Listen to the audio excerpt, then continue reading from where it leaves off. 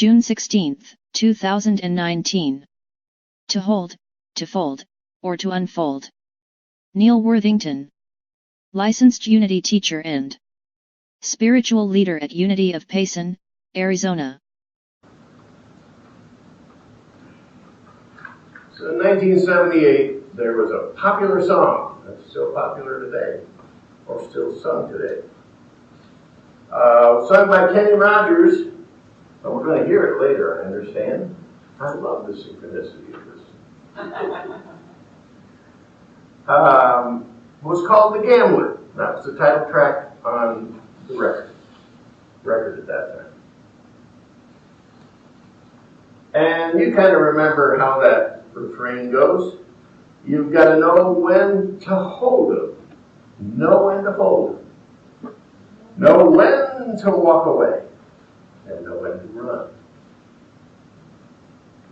So, we'll leave the narrative for Cinnamon Twist. You'll hear that later.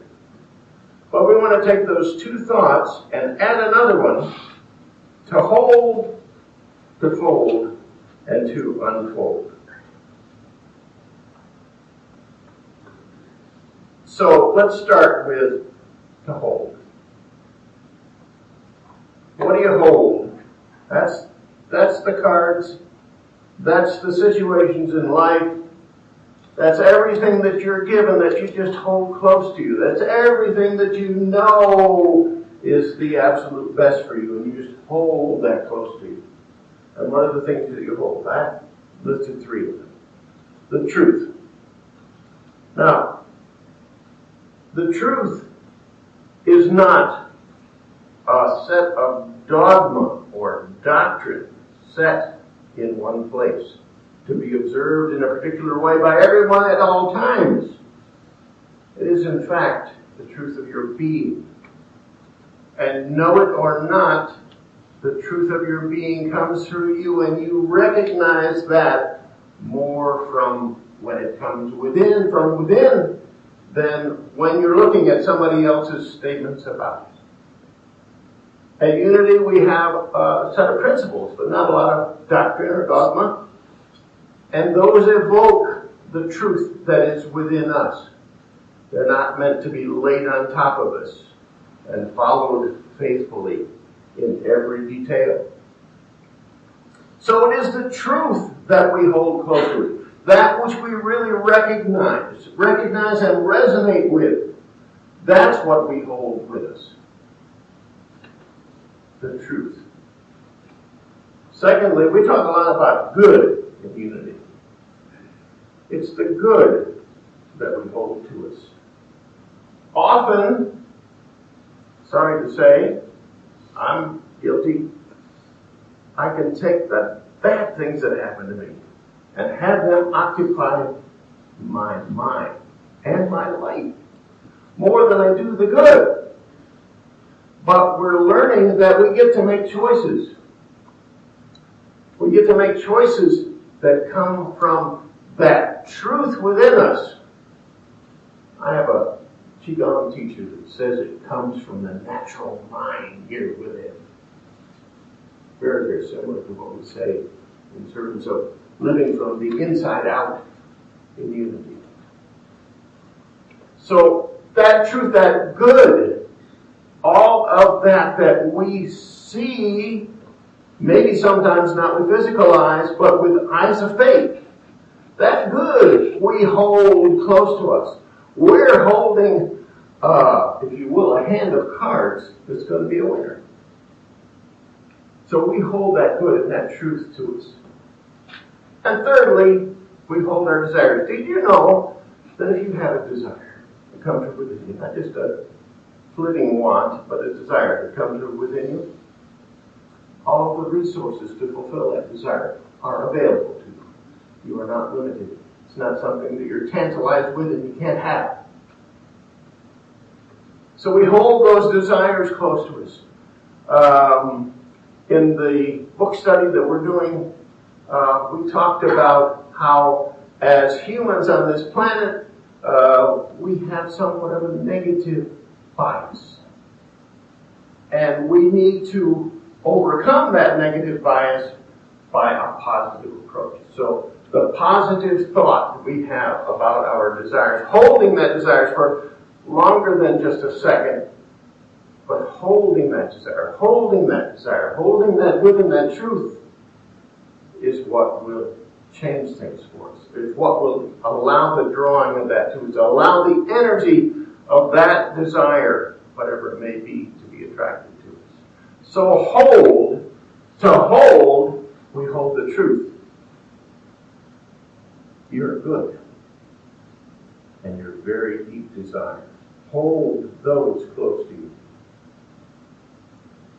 There's a lovely scripture in Philippians 4:8. And it says this, I'll read it, you can see it. Whatever is true, whatever is noble, whatever is right, whatever is pure, whatever is lovely, whatever is admirable, if anything is excellent or praiseworthy, think about such things. And I think that Paul, the writer, is saying, don't just let it flit through your mind. Think about it. Put your mind on that. Now it's interesting, there are several virtues in the beginning, noble, right, pure, lovely. But there are also things that are just related to us as human beings, admirable, excellent, praiseworthy. If you want to see those things created in your life, think and spend your life on these things. I had a wonderful opportunity a little less than 10 years ago to be in India. I got there and I stayed for about a year and a half. I loved India. And there is one person that I met that exemplified holding that which was true, that which was good, and that which was his desire. His name was Vijay. I got to go to India first teeming Mumbai, then the beaches of Goa, and then South India in Varkala, a town right on the Arabian Sea. And in that town was a resort called Eden Garden. And in Eden Garden, I stayed and eventually became part of that community. But it was an Ayurvedic resort. Anybody know Ayurveda? Familiar with Ayurveda at all? Ayurveda is, in the literal translation, the science of life. It's a 5,000 plus year old healing tradition. And I met Vijay, who was a practitioner of Ayurveda at this Ayurvedic resort. He was not a very impressive looking fellow. He wasn't too tall, wasn't too beefy. He was very quiet. But he had an incredible ability. I decided that since I was staying at this resort and I was going to be helping out a little bit, that I'd learn what Vijay had to offer. And he put me on the massage table, massage being a very important part of Ayurveda and Ayurvedic healing. And he read my body, literally. He read the energy of my body. He told me my past, and he told me where I was at right now. He was able to do that. How was he able to do that? When he was a child, his parents were involved in Ayurvedic medicine. Probably not officially doctors, but they had that tradition in their family. And he took to that. He just wanted to be able to exemplify that. What did he do? He took 5 Sanskrit texts and he memorized them over a period of time. The healing protocols for all sorts of things. And he took those texts, and as a child, he began to sing them. He sang those texts. And then he began to be involved in treating people, and found that in the singing of those texts, along with the food, let me show you some of the things. You're going to see the massage, the food, the medicinal herbs that are included. He began to treat with these. and found that he had a real gift for healing. But it was that desire within him that made that come true. He held all of those things that were important to him, what he knew to be true, what he knew to be good, what he knew was his great desire. He held those to him, and as he did, it expressed into the world. And that expression was purely phenomenal.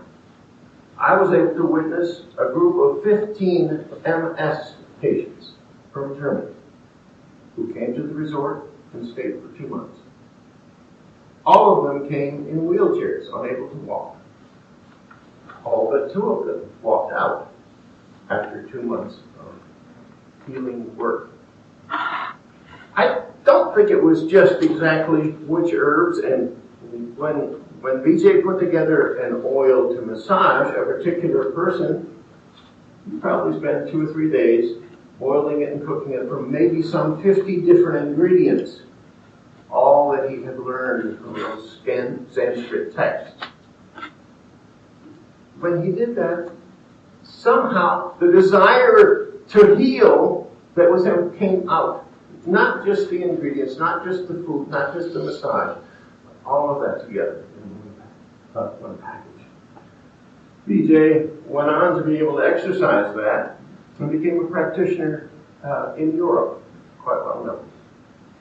From a very humble origin, that desire of his heart, which he held to him, when the rest of us would go out to go to a restaurant or sit and have a drink as the sun set over the Arabian Sea, BJ didn't go. Not that he was a spoiled sport, he was the most wonderful man. But he knew what he wanted to hold.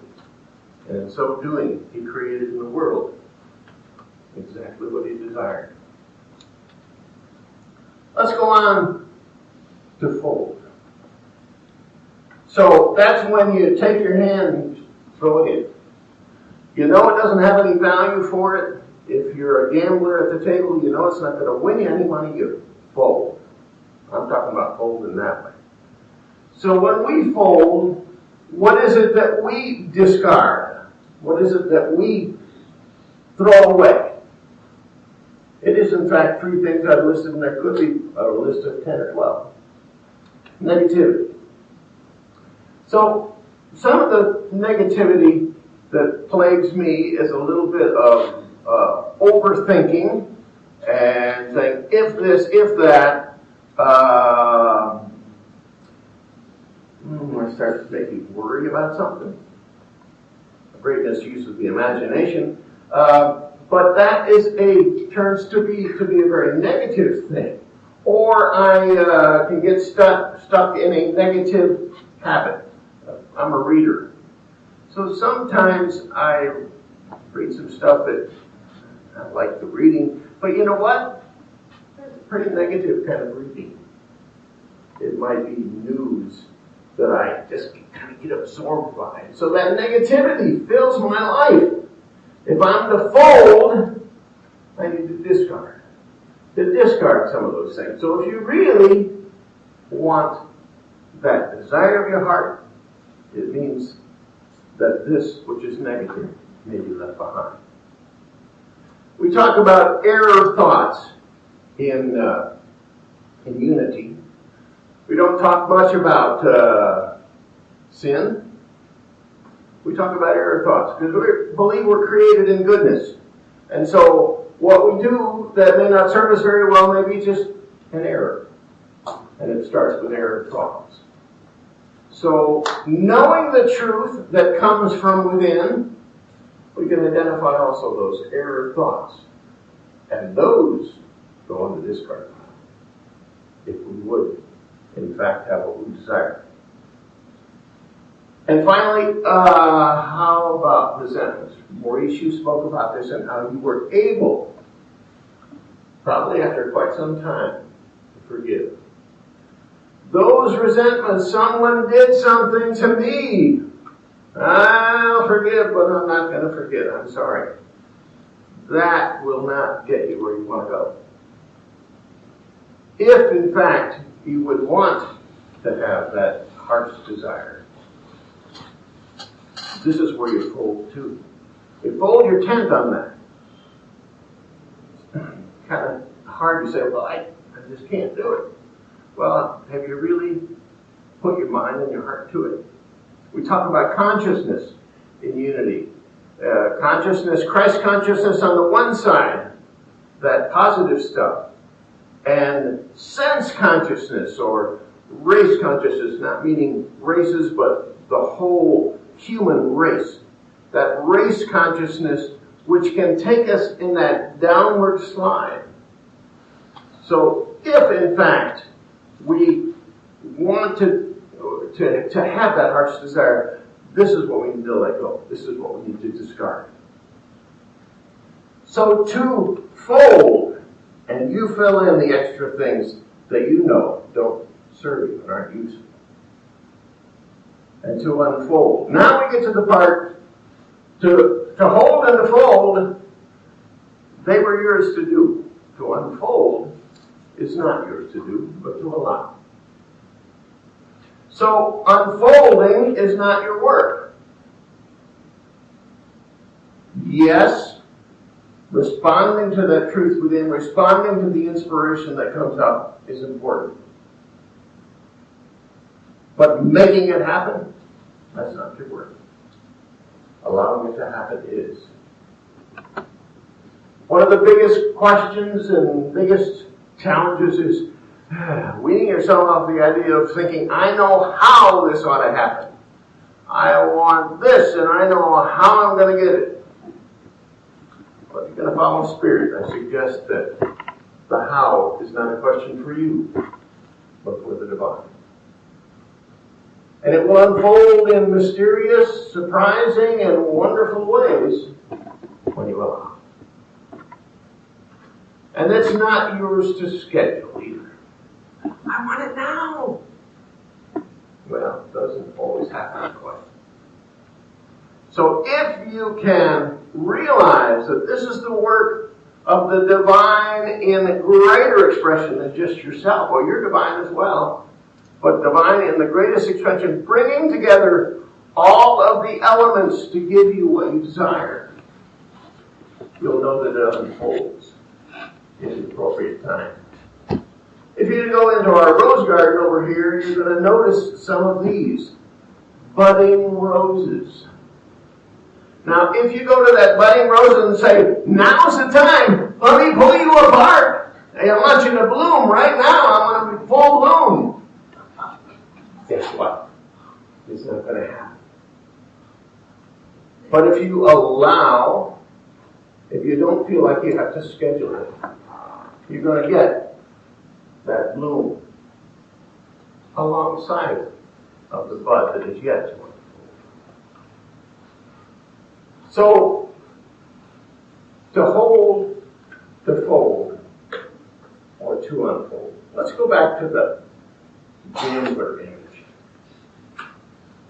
I got a new deck of cards this morning. And I shuffled them real well. And I'd like to suggest that you may be in one of these places. There may be something really that's on the top of your list to hold. To just hold dear to you. That truth, that goodness, that great desire that you have. There's something you need to discard. Not useful for you. You need to fold. Or you need just to allow. Maybe you just have something, that card that you have, something about it. You need to keep that card because as the deal continues, you may get something that will unfold. Something beyond what you can imagine. So, I'm going to trust that Spirit's going to give you the right card. Don't look at the card until we all got a card. I'm going to hand everybody cards. I'll pass them along. Everybody get a card. And these cards, when you look at it, whoop, I almost gave you three. When you get these cards, when you turn them over, don't turn them over yet. Would you pass one over to Barbara? John, 2 for upstairs for the AV, 3 here, 2 here, Buddy and Mary. Buddy and Mary haven't been with us for a while together. Buddy was here. Hold on. Come on. We're so glad you're here.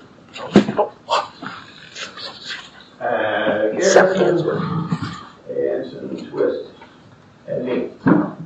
So you all got a card. That card, when you turn it over, is going to be something you need to hold. Going to represent, I should say, something you need to hold, something you need to hold, let go of, or something, what's interesting, I'm going to allow things to unfold. So turn your card over and look. Mine is a two of clubs. I'm folding. But what that's pointing to me is that there's something in your life that you just need to let go of. Something in my life that I need to let go of. So look at your card. It's a very promising card. You want to hold it. Look this week for something to hold close to you so that you may have your desire. Or if it's just one of those mysterious cards that looks like it could be something I don't know, that's the card that you're going to allow to unfold in your life. Something is going to unfold in your life to bring you that desire. Everybody got it? So this is your assignment. Take the card home, put it someplace where you can see it, and remind yourself that you can hold, or you can discard and fold, or you can allow that good to come with you and unfold. And so it is. Amen.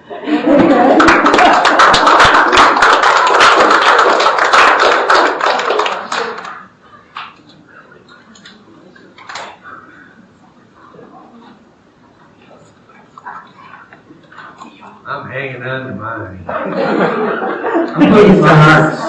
My over there too. All right. Another read.